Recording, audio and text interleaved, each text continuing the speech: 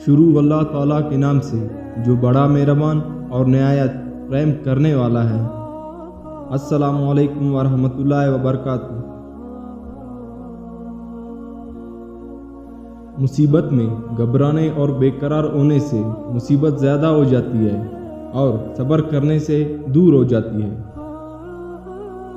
نعمت کی شکر گزاری کا بدلہ آئندہ نعمتوں کے حاصل کرنے کا ذریعہ ہے۔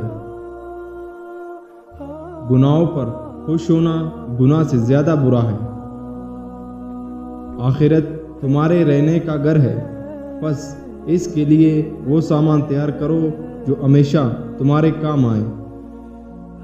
اللہ تعالیٰ کے خوف سے رونا اس کی رحمت کی کنجی اور علم پر عمل کرنا کمال نعمت ہے۔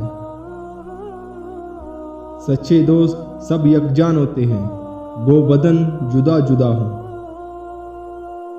علم نیک کاموں کی طرف رہنمائی کرتا اور اعمال صالحہ منزل مقصود کو پہنچاتے ہیں۔ تحمل بردباری غصے کی آگ بجھاتی اور تیز طبع اس کی شعلے کو بھڑکاتی ہے۔ مومن کی جان مخالفوں کے مقابل پتھر سے زیادہ سخت اور دوستوں کے سامنے غلام سے زیادہ ذلیل ہے۔ بدکاری ایک کمزور قلعہ ہے، جو اس کے اندر ہو ان کی حفاظت اور جو اس میں پناہ لے ان کا بچاؤ نہیں کر سکتا۔ کمینے یا بخیل کو اگر تجھ سے کوئی کام ہو تو تجھے تنگ کرتا ہے، اور اگر تجھے اس سے کوئی کام ہو تو تکلیف دیتا ہے۔ کڑی اور سخت تکالیف کے برداشت کرنے میں صبر کرنا اصول فرصت کی کامیابی کے باعث ہے۔ لوگ باغ کی درختوں کے مانند ہیں کہ سب کو ایک پانی پلایا جاتا ہے، مگر ہر ایک کا پھل جدا جدا ہے۔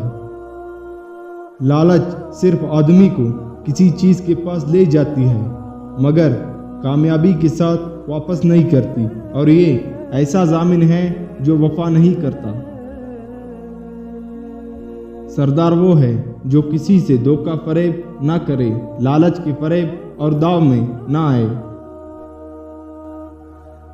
علماء سب سے زیادہ بااخلاق اور طمع اور لالچ سے دور ہیں۔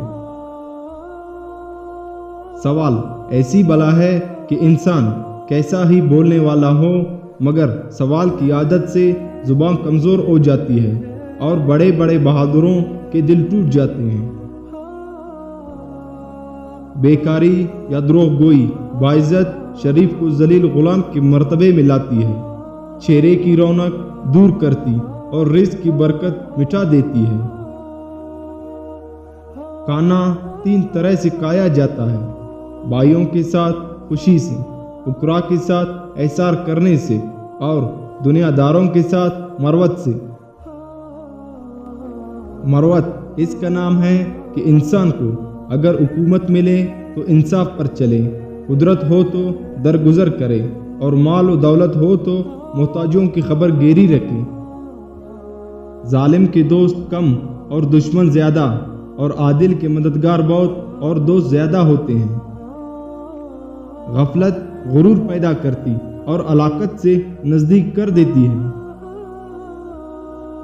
مومن دنیا کی طرف عبرت کی نگاہ سے دیکھتا ہے، پیٹ میں مجبوری کا لقمہ ڈالتا اور دنیا کی باتوں کو نہایت ناخوشی سے سنتا ہے۔ عبادت خالص یہ ہے کہ آدمی محض اللہ تعالیٰ کی ذات کی امید رکھ کر اور اپنے گناہوں سے ڈر کر اس کی عبادت میں مصروف ہو۔ عدل یہ ہے کہ جب ظلم ہو تو انصاف کرو، اور بزرگی کا نام ہے کہ اگر قدرت ہو تو معاف کرو۔